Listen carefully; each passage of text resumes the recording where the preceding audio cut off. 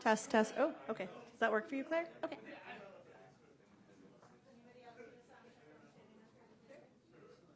Everybody good? Oh, okay.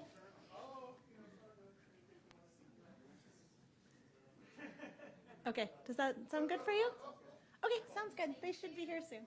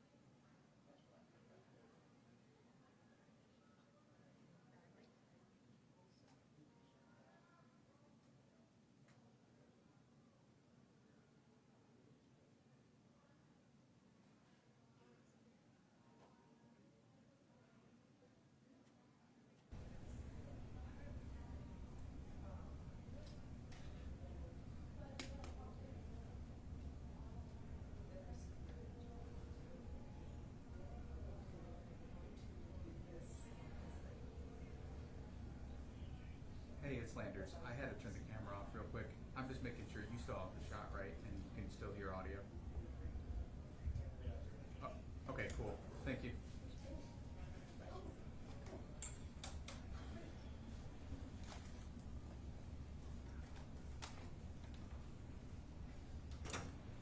Some of us have deadlines. They didn't tell me you were going to be here. I would have been later.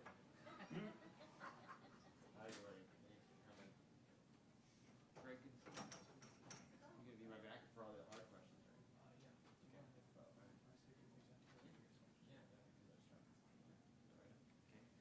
Thanks. Pardon my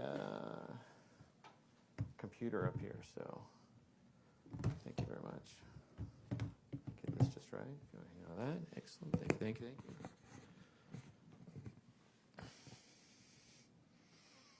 Okay, excellent. Everybody good? Okay, my name is Perry Cooper. I'm the Port of Seattle Media Relations Manager here for SEA Airport. So here to give you an update. I just want to set some expectations right off the bat here for our comments we got today. So right now there's nothing new on the cyber attacks and those issues that are going on, so just be aware of that. We're pretty much where we were previously on that situation. We will be able to update you on what the physical situation here is on the ground at the airport today and what we've been seeing. So happy to answer those questions, then also provide some travel tips and information for our travelers. So I'll give you a quick rundown of some of those pieces of information, then I'll open it up for questions for all of you to get back, and we'll let you know what we can talk about as well too. And then also Greg Hocko from the TSA will give us some comments as well here too for us. All right, great. So the port, we're still working to restore full service and with the assistance of industry experts and partners. There's currently no estimated time of return at this point. Our priority continues to be assisting the travelers that may be impacted here at SEA. Information can now be found on all of our social channels, including X, Facebook, Instagram, Threads, and YouTube. So please go to those channels if you get some any more information, updated information, and that's where we'll be trying to contact or communicate with our travelers throughout this situation. If you are traveling today or the next couple of days, please check with your airline for flight and baggage information.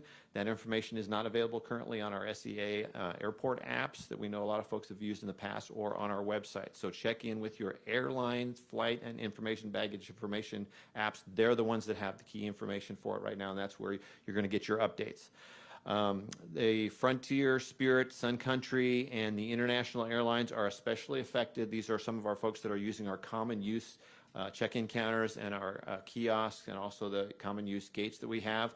Please arrive at least 3 hours early if you're traveling with these carriers. If you're traveling with one of these carriers, we also encourage you to arrive early for check-in and baggage checks. So that may take a little bit more time with some of those. In particular, our international folks, we're seeing some longer lines for those, as there are a lot of folks that typically check in a lot of items for our international passengers. So that may take you a little bit extra time, which also may mean then that flight will probably be a little bit later as well too, is what we're seeing. They're making sure that they get everybody on board as much as they can, and then they'll depart.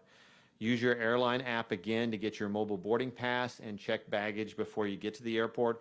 Wi-Fi again at the airport is unavailable, so doing it before you get to the airport will help speed up the check-in process. I know TSA is noting for us as well too, is that if you can print your if you can print your boarding pass ahead of time, that's a big key as well, or at least have that again on your airline app, using your airline app for those pieces. Certain programs and services that we offer here through the airport are not available. So that's like the SEA Visitor Pass is not available. The Airport Lost and Found are currently unavailable, and they'll process your inquiries as soon as possible. We're trying to get those up as soon as possible. But again, those are all interconnected with our systems here at the port. Checkpoint wait times are currently unavailable on our display screens, as are all the flight information boards. Those are still down because those are operated by the airport.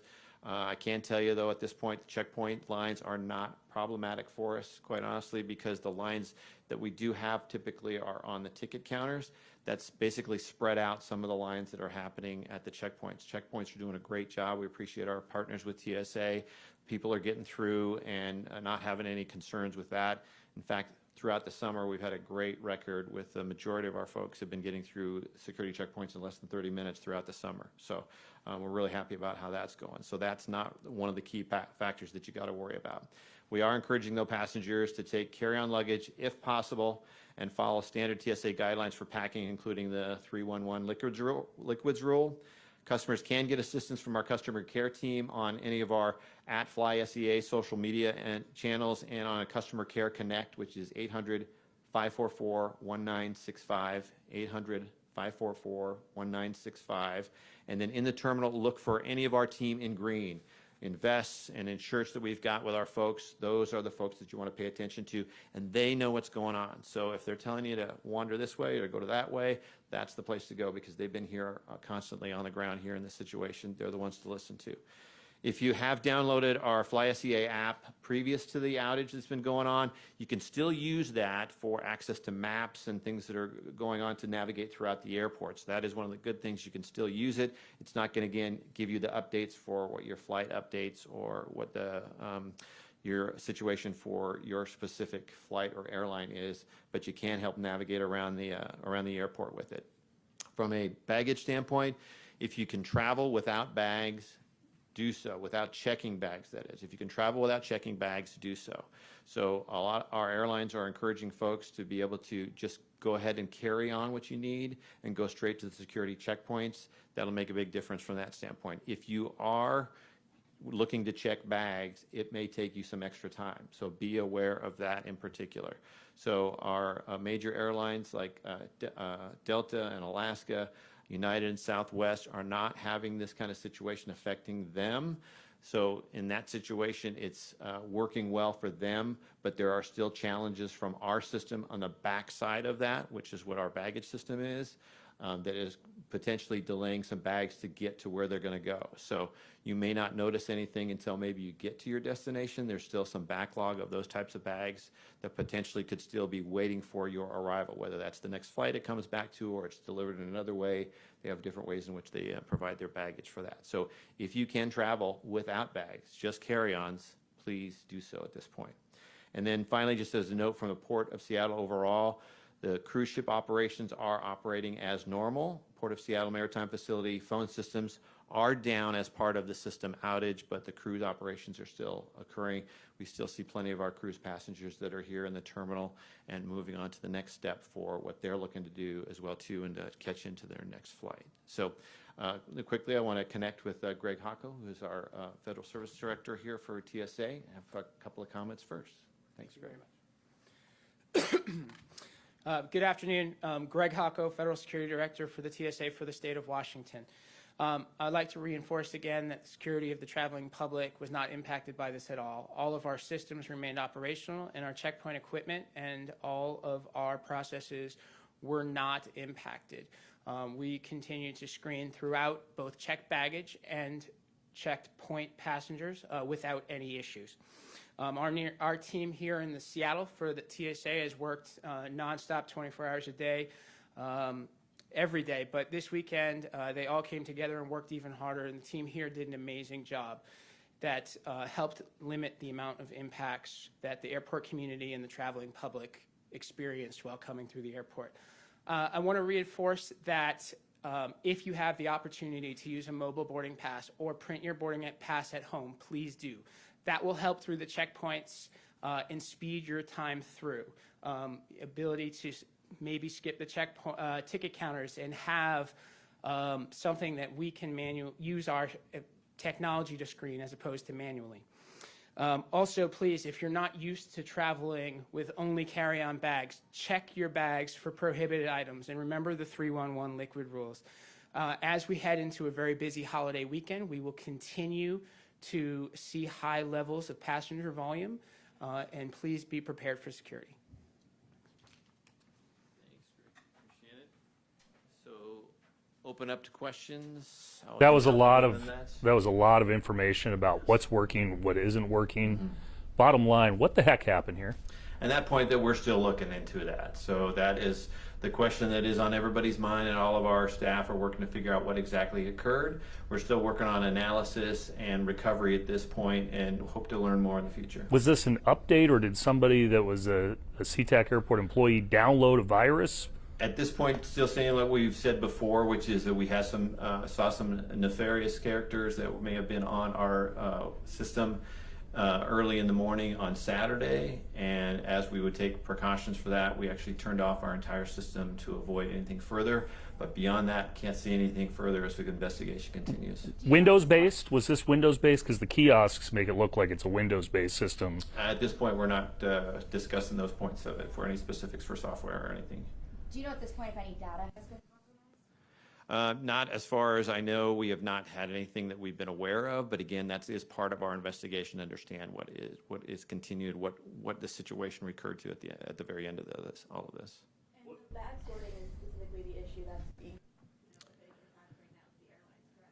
Yeah, bag sorting is the piece that's really been the most affected for us. That's what is operated by the airport itself. So there are systems that the airlines themselves specifically use in order to track the bags as they go, thinking about the bag tags that you have, getting those scanned, and then getting those off and then tracking them. Once it goes down, though, however, into our system, it's a system of about 10 miles of conveyor belts that is then being tracked throughout that entire system. So basically, it's got scanners just like you would think of when you're at a grocery store.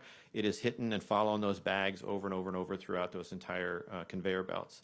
That system is what's down from our standpoint. So what is occurring is that they can go to a certain point, but at that point they can't be separated to different parts of the airport where they would be loaded onto their specific aircraft. So our staff, as well as additional staff from the airlines, are then getting together at that point, and they will load those onto baggage carts, and then they're taking them to the gates at that point. So it takes a little bit longer, and that's where we may see some backup in baggage that may take extra time to get to the destination. Alaska is reporting that 7,000 bags yesterday had to be manually resorted. Is that a correct number? That's what we're hearing. So check in with the airlines. They're the ones that are familiar with what they've got from the baggage. So like I said, there is a background or a back up to those types of situations. And so once we get that system back up and going again in full, then that'll be able to catch up. But they're also working as well too with the systems that they have for backups to try and figure out how can we deliver those as fast as we can. But until we get that backup in full system, it's not going to operate as smoothly as we typically do. You mentioned nefarious characters in the system. What about these anomalies in the technological systems you have stood out as suspicious? And we're not getting into that detail at this point. What, if anything, at this point have you learned from this experience that you would then change going forward to either prevent this from happening in the future or mitigate some of the consequences? And that's a great question. And that's something that we're going to be coming up with an after-action plan after this. Once we determine and have that analysis of what exactly happened, how we're going to recover to get to that point, we want to figure out what's that next step. We know what happened. This is how we recover. What can we do in the future to make sure that this doesn't happen again? You're right. That's going to be something we'll be looking at. Can you explain the difference here with why Alaska and Delta are not having the same issues as Frontier, Sun Country? Yeah, sure. I mean, essentially what it is it's the specific airline applications and software that they use for their baggage systems versus what we call a common use situation. So Alaska and Delta are our largest carriers. It's about 75% of our traffic that goes through here. When you're talking about some of our smaller airlines, in particular our internationals, which may only have one flight a day, in and out, and then some of our other carriers like Frontier, Sun Country, Spirit, they don't have a full lease space of property, basically, as you kind of think of it, that they would use over and over again.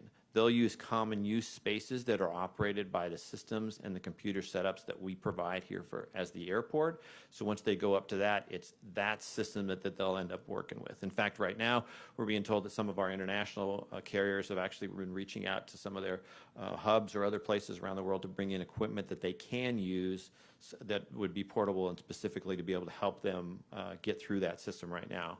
But that's the difference. It's whether it's that common use space or it's that space that's basically preferential and reserved and lease space that those carriers have that are here regularly. Still 4 canceled flights at this time. No additional flights have been canceled as a result of this. Like the information that you see on FlightAware is pretty up to date for that, so we have not seen a whole lot of those. The airlines have done a really good job in alerting folks as to what the situations are, so that's very helpful from that standpoint. Just similar like you would see when we've got a storm or an ice situation, the snow, that kind of thing. So it's catching up on those kinds of things, getting people alerted and an update, and then getting all those things in their choreography of what they have to put through all of their system throughout the country. And is there an update on what's going on with the parking lot? I know like yesterday the It depends on the volume, quite honestly. So we have waived parking fees and just let people go through when it's at the highest peak level, because we don't want to create a dangerous situation where backups occur and go all the way back into the helices of the garage. That just creates a dangerous situation for us. We don't want to have that happen.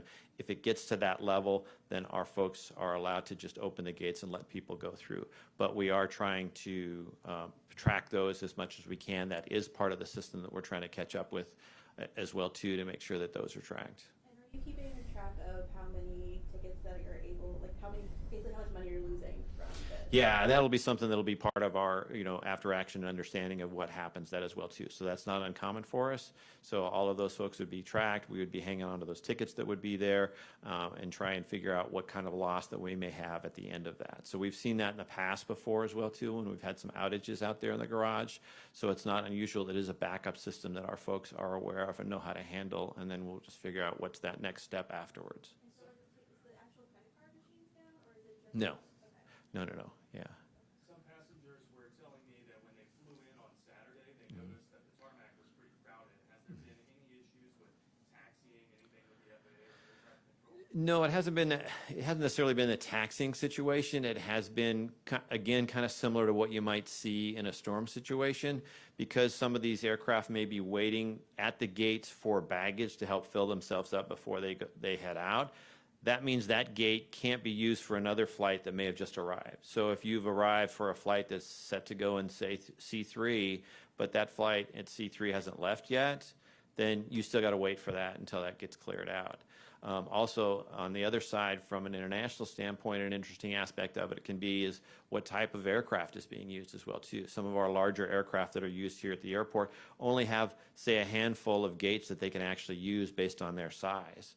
So if those are full already, even if we had an opportunity for another one to be open, but if that doesn't fit that aircraft, you can't bring that one in. It's still got to wait until an aircraft that is comes out of a gate that it can fit into leaves before that one then can move in. Harry, I don't know if you can confirm this, but a former manager says that he's still somehow on the automated call list, and he received an email saying that they're asking him not to call, or they keep telling him, please do not log on to our VPNs right now, and please don't click on any links or pop-ups that you get right now. Yes, that is confirmed. So that is what we're asking all of our employees right now. So even myself, we have not been able to sign on to or click into, plug into our systems right now, because that's going to be problematic for our folks. So actually, a lot of our folks, to their great credit that we want to highlight as well too, a lot of our folks who would normally be working in some of our other offices outside of operations have been out on the floor today and been helping people. So they've been in green vests and trying to help us by added people on the floor to give some customer service. Is this the way that nefarious character or people got into the systems? We just don't know at this point. Any estimate on how much extra staff the airport has brought in? I haven't seen a number for that, but again, like I say, we've got hundreds of folks that are typically in our office buildings or within spaces that may not have an operations per se job that would be on the ground doing, say, whether it's ramp work, baggage work, those kinds of things, that have been able to come out of their office, say some of our finance folks, some of our environmental folks. Those folks have been able to come down onto the terminal space and have been working in shifts, volunteering for shifts to be down there to try and help people find what they need, whether it's restrooms, directions to the checkpoints, trying to help them in whatever way we can. Why would nefarious characters want to Sea-Tac Airport. That's a great question. So hopefully we'll find out some more details of that in our investigation. You don't have any idea who it may be or which group? At this point, that investigation continues. Yeah, and so we've got to find out what that may have been, and like someone mentioned earlier, then find out what those follow-up situations may be afterwards. So if Wi-Fi is out and all these systems are out, how is TSA still online with no issue? Again, with their system. Craig, do you want to speak towards you guys? Yeah, so in all of our locations, both our in the field, throughout airports, throughout the country, we are on our own dedicated secure network that is controlled by TSA. That's why we had no impacts to any of our equipment or any of our operational capabilities.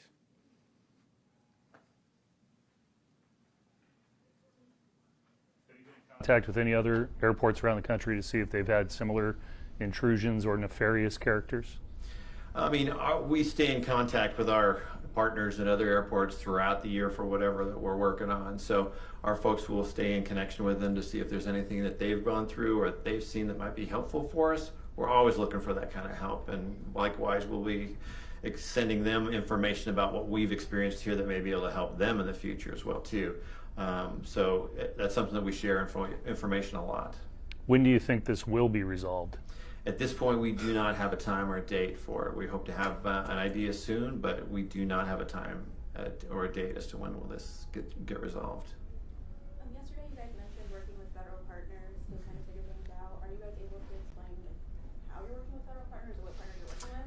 No, I think we're in the same boat for that as well too. The investigation continues. We're working with federal partners like the FBI, like our partners that we've got here on the ground, from TSA to CBP, all those kinds of things, Homeland Security. So we're in reach to as many folks as we can to get help and understanding of what they may be able to help us with. But at this time, we're not sharing anything further that goes beyond that. And just to confirm, you talked about the kind of crew side of the port having phone issues. You guys are also still experiencing web and phone issues, correct? Yes, correct. Yeah, so that's happening both in the port. So the port runs both the maritime space as well as the airport here as well too. So it's affecting our systems on both sides. At this point, it hasn't affected any deembarkations for any of our cruise ships. So passengers are still getting off fine, and they're coming here as they would normally to try and advance and go to their next aircraft. It seems like it's kind of impacted the airport a lot more than it's impacted the water side of things. Is that an accurate assumption? Yeah, I think that's an easy assumption to make. Sure, you bet, just even just from the numbers. So, I mean, the numbers that we have here going through an airport at any time, we're basically the fourth or fifth largest city in the state on our busiest days during the summer, where we'll have up to 170,000 people going through the airport in a day.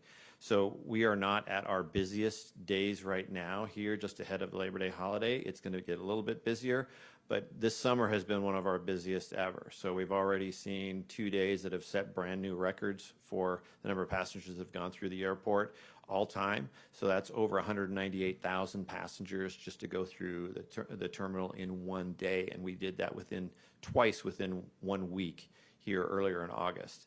So we're expecting to set a new record overall for the year with a brand new overall all-time record number for annual passengers. And are you guys still doing handwritten boarding passes and the more common use? The common use spaces, what they are looking at is they are having to do that handwritten for the baggage as well too. So that is one of the challenges that makes it slower, because they just don't have that. They don't, the computer that's normally there that's a common use, they can't use. That's not in operation right now. And they don't necessarily have the backup systems like some of the larger airlines that have been here that can then basically walk in with their system and their computer systems to be able to say, all right, well, we'll take it over from here and get this going in this space. Does it cause any kind of possible security risk having to do handwritten things like that at all? Greg, do you want to speak towards that? No, not at all. All of the passengers are submitted the manifest through the airlines. They are all verified through our secure flight vetting center, and then they are issued the boarding passes. There is no risk there. They would still receive screening as they would, and boarding passes as they would if they were being printed off a machine. They are all vetted and cleared by TSA. No, you cannot.